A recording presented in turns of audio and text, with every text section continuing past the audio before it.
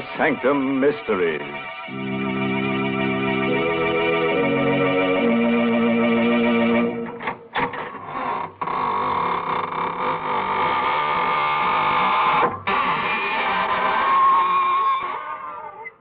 Good evening, friends of the Inner Sanctum. This is your host. Welcome again through the squeaking door. Did you miss her? You know, we haven't been around to haunt you these last 8 weeks. Yes, that's right. Death takes a vacation. Where have we been? Oh, we spent our vacation in a nice, cool place. Underground. Of course, we missed your smiling faces, but where we went, everybody grinned. Yes, they couldn't help it. They were grinning skulls. Too bad you couldn't all come along. Deadman's Deal. It's an original radio play by that chill master, Emil Tepperman. And our star tonight is Larry Haynes, who plays the role of Joe Lester. It all happened to Joe Lester, who was really a small-time gambler and who had no business in that big-time game with Barney Flood and Dan Kilmer and Nick Zapparetti and the others. But it's really Lester's story. So here he is to tell it to you.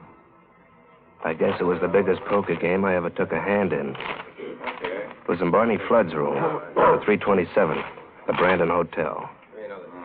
They were all big shots. I had to play a careful game. I only had about $3,000, and if I didn't nurse it, a single deal could wipe me out. What's the matter, Lester? Playing kind of tight, aren't you? Whatever, Barney. Man's entitled to play his own game, isn't he? Sure. Maybe you don't belong in this one. You need guts for this game. You tell him, Dan. Maybe Lester doesn't know what guts are, Barney. Now listen, you. Don't try to get tough, Lester. It wouldn't be healthy. Lester saw at me, Dan. Saw because I took his girl away from him. Hadn't you, Lester? Suppose we leave Louise out of this, Barney. If she prefers you, that's okay with me. That's mighty big of you, Lester. That's why I hated Barney Flood. Yeah. He'd taken Louise away from me. And Louise was the only thing in the world I loved. And what was worse, Barney Flood and his man, Dan Kilmer, were laughing at me because they knew I didn't have the guts to do anything about it. But then it came. The hand I'd been waiting for. Dan Kilmer was dealing. Barney Flood opened blind. I opened for 1,000. I dropped. That's me. The others all dropped out. But when I picked up my 5 cards, I found I had 3 aces. This was the way I'd wanted it. Just Barney Flood and me. And me with a strong hand before the buy. Now I'd show him who had guts. I counted out $2,000 in $100 bills and shoved them out on the table. I see you, Barney. And raise you 1,000. Oh. So our little Lester is waking up. Okay, I see the raise. Just the 2 of us, How many cards, Barney? 1. Right. And how many do you want, Big Shot? I'll take 2. Here you are. My hands were a little clammy as I picked them up. I looked at the cards. And suddenly I felt as if I'd inherited the whole universe. I had bought an extra ace. I held 4 aces. Well, Big Shot, I bought something here. I think it's the winning hand. I'm going to bet the works. Here. All the cash I have with me. 90 grand. 90 grand. I felt the sweat on my hands as I watched him push the money out on the table. 90 grand he was betting. And I had him beat with my 4 aces. But I couldn't see his bet. All I had was about $1,000. Come on, Big Shot. What are you waiting for? You know I haven't got that much money. And you shouldn't be playing in this game, Tin Horn. You're taking advantage of me, Barney. You're trying to show me up. You know I have to drop out even with a better hand. Oh, so you think you have a better hand, eh? Make the bet inside my limit, and you'll see. All right, Lester. We'll see what kind of a gambler you really are. Here. I'll withdraw this 90 grand bet. I'll make another kind of bet. The bet you can see. If you have the guts. Well, what kind of bet? I'll bet my life against your life. The man who loses this deal agrees to commit suicide. For a full minute after Barney Flood made his proposition, the room was so quiet you could hear a pin drop. Barney Flood and I sat facing each other across the table, our closed cards in our hands. These were the biggest stakes men had ever played for. A life against a life. The other players were stunned and frightened by it. They wanted no part of it.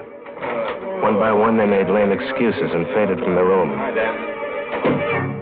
Only Dan Kilmer was left with Barney and me.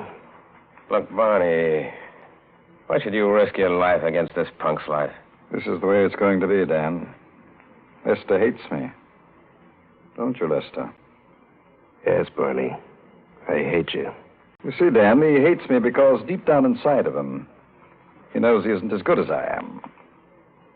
All right. This is the showdown. One of us walks out of this room alive. The loser stays here with a bullet in his brain. Is that okay with you, Lester? Yeah. Yeah, sure, it's okay with me, but I don't want Dan in the room. This is just between you and me. Let him go out before we uncover our cards. All right. Well, listen, boss. You heard him, Dan, just the two of us. Okay. Leave your gun here on the table, Dan. I don't like... Do as I say. Okay. Thanks. Now go down to the lobby and wait. So long. I'll be waiting in the lobby.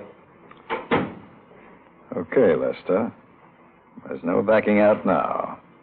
We'll open our hands.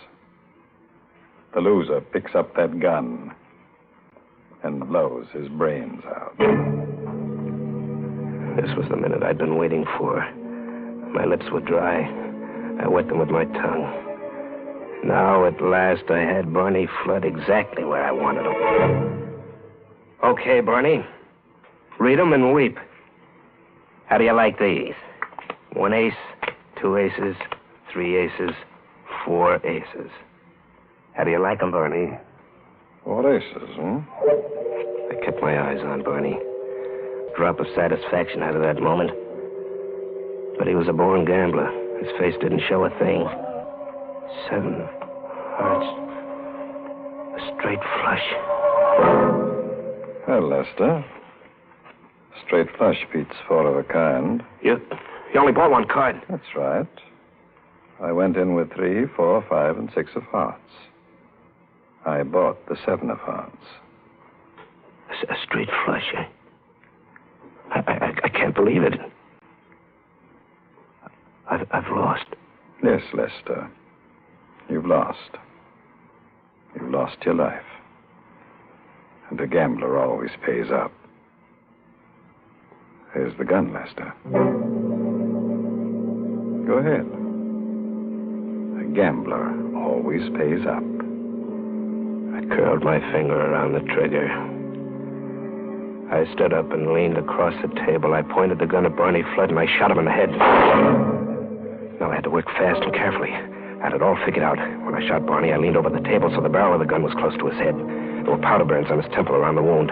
I wiped my fingerprints off the gun and pressed Barney's hand around the barrel. Next, I turned my attention to the card table. This was important. I left my 4 aces intact where I laid them out. But I changed Barney's hand slightly. I removed the 7 of hearts, replaced it in a deck, and riffled through it till I found the 7 of diamonds. I substituted this for the 7 of hearts. Now Barney's hand was no longer a straight flush. It was an ordinary straight. And my 4 aces were better. So now it looked as if I had won the game. I was ready. I picked up the phone and asked the operator to connect me with the police. Hello? Police headquarters? This is Joe Lester. I'm in room 327 at the Brandon Hotel. Barney Flood has just committed suicide.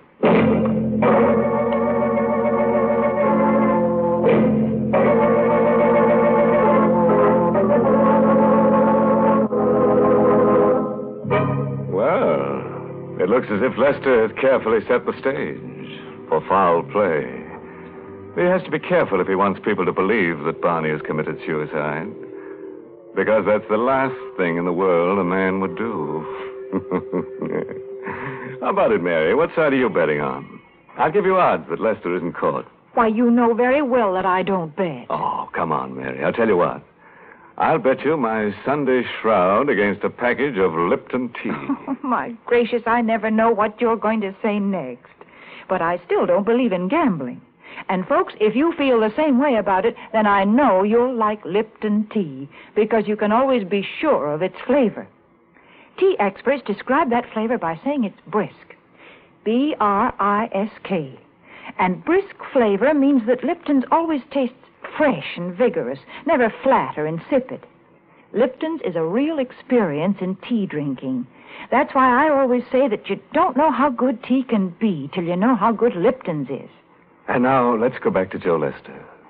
Let's see if his airtight scheme to make Barney Flood's murder look like suicide goes over with the police. Yes, and let's hope it's not so airtight that it leaves him dangling in air at the end of a hangman's noose. At headquarters, all the players told the same story. How Barney Flood had proposed a suicide bet, and how they'd all cleared out. Inspector Larkin dismissed them all, leaving only Dan Kilmer and myself in the office with him and the stenographer.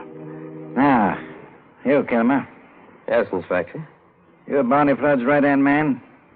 Well, you know I have a private detective's license. Barney paid me to be his bodyguard. You worked for Barney a long time? That's right. Lester says you left your gun on the table. Is that right? That's right. Then I went out. Okay, Lester. Your story from here. What happened after Kilmer went out? Well, Barney and I uncovered our hands. He had a small straight, but I had 4 aces. You saw the cards lying there on the table. Yeah, I saw them. What happened then? Well, Barney said, well, I guess I lose. He picked up the gun. I tried to stop him, but he said a gambler always pays up. Then he put the gun to his head, pulled the trigger before I could stop him. What do you think of that story, Kilmer? I think he lies. Makes you think so? I can't say. Ah, that's no evidence. Looks like suicide. I'm afraid there's no charge told, John Lester. I wish there was. Hey, you mean I'm free to go? Yeah, sure. Go on. Get out. Dan Kilmer gave me a dirty look, but I only grinned at him. I got up and went to the door. Everything was going my way. I was rid of Barney Flood. I'd committed the perfect murder. And now I was free to go to Louise.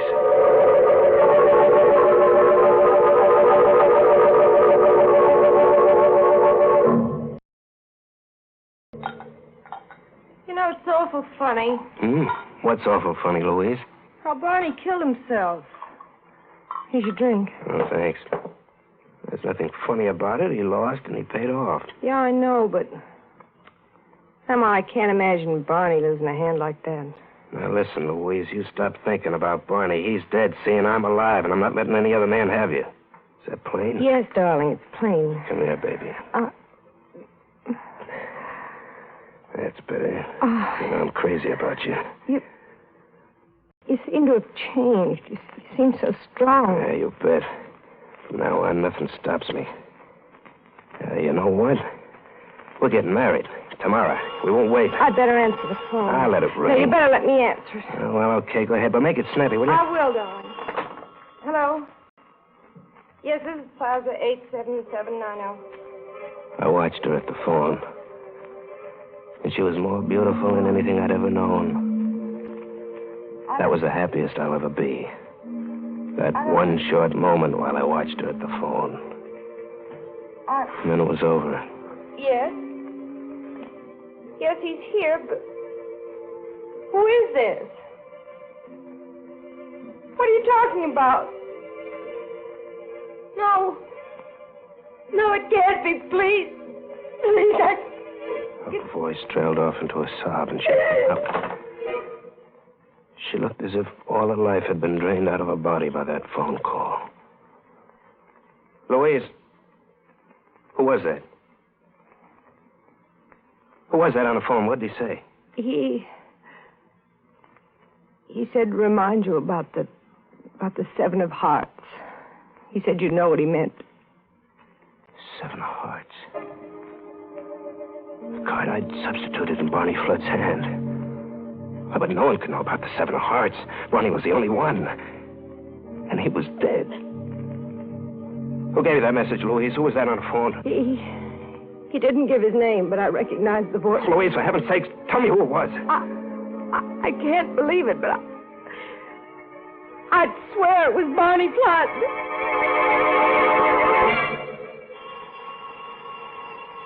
And then the phone rang again. It's the phone again. He's calling back. I'll answer it. Pushed Louise roughly aside. Slowly, I walked toward the ringing phone, almost in a daze. And picked it up. I think I must have been expecting it, because I wasn't surprised when I heard that voice.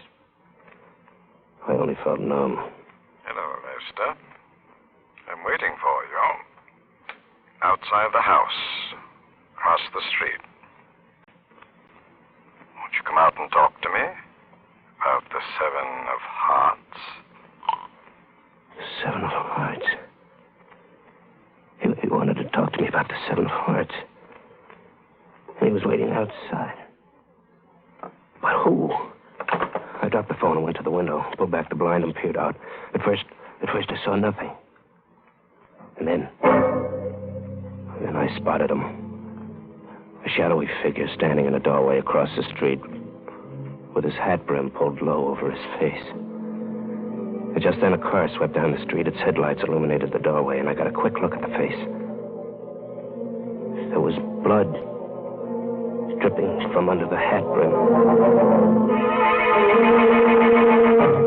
I'll never remember how I managed to get out of Louise's apartment. Not the front way. I didn't dare go out into the street with that shadowy figure waiting out there. I stumbled blindly down the back stairs, flight after flight, almost tripping, skinning my hands on the banisters, bruising my elbows, but I didn't care. I wanted to get away from there. Taxi, mister? What? Taxi, mister. A taxi. Yeah, sure. Get going, quick. Sure, but where to? Where to? I didn't care. Anywhere, as long as it was away from here. Home, that was the place. I'd go home and shut myself up and not answer the phone. 17 Glidden Road, quick. Right.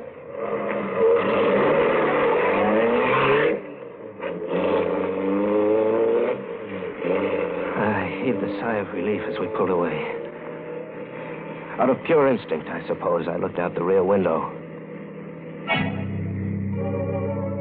Suddenly, the blood began to pound in my head like a thunderous avalanche. Because back there at the corner was that same shadowy figure. Getting into another cab. Pointing after my taxi. Faster, driver. You gotta go faster. Hey, what's wrong, mister? Look, that cab behind us. $20 if you lose it. What cab? That one, you fool. The cab behind us. Hey, one of us must be nuts. Or maybe you had a couple too many. There isn't any cab behind us. I turned around and looked again. My driver was right. The street was empty as far back as I could see.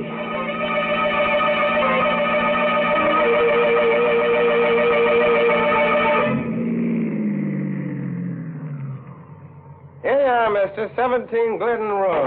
I got out of the cab and saw that the driver was looking at me as if he thought I was drunk or crazy. My shirt was wet with perspiration. My head began to throb and everything swam before my eyes. Then a voice began to whisper in my ear like a terrible refrain. 7 of hearts. 7 of hearts. 7 of I hearts. leaned weakly against the taxi 7 cab. of hearts. Through a mist, I looked down the street. There it was. 7 of hearts. Same shadowy figure with a hat brim pulled low over the bloody face. 7 of hearts. Walking 7 of toward hearts. me. 7 of Slowly. hearts. 7 Toward of me. hearts. And 7 now of faster. hearts. Coming toward me 7 of fast. hearts. And the refrain 7 ringing in of my hearts. ears. I couldn't 7 stand of it. hearts. I flung myself into the 7 of cab. hearts. I wanted safety. 7 of hearts. Drive the police. That's 7 of hearts.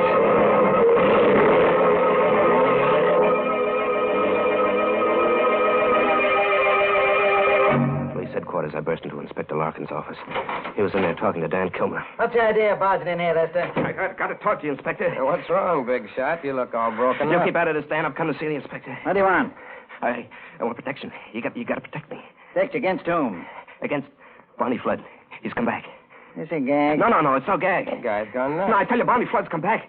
At first, I thought it was a phony, but now I'm sure it's Barney Flood. How do you know it's Barney Flood? Because... I stopped short. I'd almost said too much. I couldn't tell him about the Seven of Hearts. I couldn't tell him why I was sure it couldn't be anybody else but Barney Flood. Get out of here, Lester. I've got no time to waste. But you've got to assign an officer to protect me. I'm afraid to go home. Look, Lester, I think you're going nuts the way Dan says. If I signed an officer to you, everybody'd say I was going nuts, too. Signing a cop to protect a man against a ghost. So I insist. Get out! Look, Dan, will you help me? What? Oh, me? What, you're not working now, are you? No, I lost my job when Barney died. Well, look, how about a job working for me, protecting me, huh? Against a ghost? Against Barney Flood's ghost? Well, what do you care as long as I pay you? Okay, Lester. You've hired me. Good. Come on, then. Come home with me. I want you to sit up with me all night, huh? Dan Kilmer came home with me. And we sat up, whiling the time away, playing two-handed poker. My deal, Lester. Yeah, sure. So you're really scared, huh, Lester? Don't laugh at me, Dan. You'd be scared, too, if you'd seen what I saw. You mean, like the guy with the blood on his face? How'd you know about that? And the telephone call about the Seven of Hearts? The Seven of... I figured that stuff would sort of get you on edge. What do you mean? I mean that I'm the one that planted that man outside Louise's apartment. That was me on the telephone. You? Sure. That cab driver was my man, too. I had him planted out in back of Louise's house. He was waiting for you to come out the back way. You see, Lester, I had you figured right. Every move. You did all that? What was the idea? I wanted to get you right here. Like this. Afraid of your own shadow. What? What for? Come on, pick 'em up. I picked up the cards. I stared at them. It was 4 aces. The same hand I'd held with Barney Flood. How would you like to make a little bet on your hand, Lester? Against mine. Say, your life against my life. What do you mean? Don't you get it yet? Here, I'll turn my cards over for you. See? 3 of hearts, 4 of hearts, 5 of hearts, 6 of hearts, and the 7 of hearts. You see, Lester, my hand does have the 7 of hearts in it. So did Barney Flood's. Before you took it out. How do you know about the 7 of hearts? For a long time, Dan Kilmer didn't say anything. He just sat there, looking at me. Then he got up, took out his gun, laid it on a table. Then he went to the door. How did I know about the 7 of hearts? You see, Lester, I dealt the other hand, too.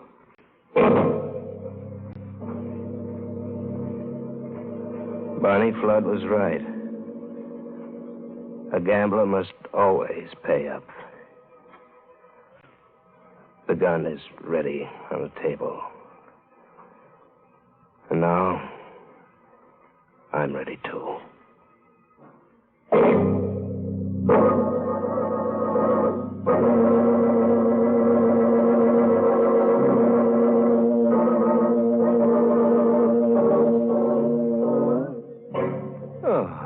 Poor Lester. He's in a very grave situation now. So grave he needs the help of an undertaker. But he was only a beginner in crime. He might have done better if he hadn't come to such an untimely end. Well, I've got no sympathy to waste on him. He shouldn't have gotten into that poker game in the first place. Oh, I don't know. I never forget the time I played strip poker with a bunch of ghosts. Hey, was I lucky that day?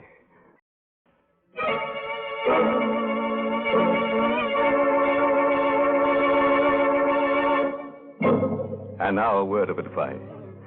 You can't afford to gamble with death because the loser never gets a chance to stage a comeback.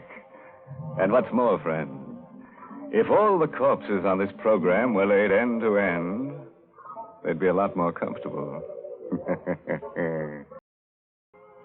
Dream?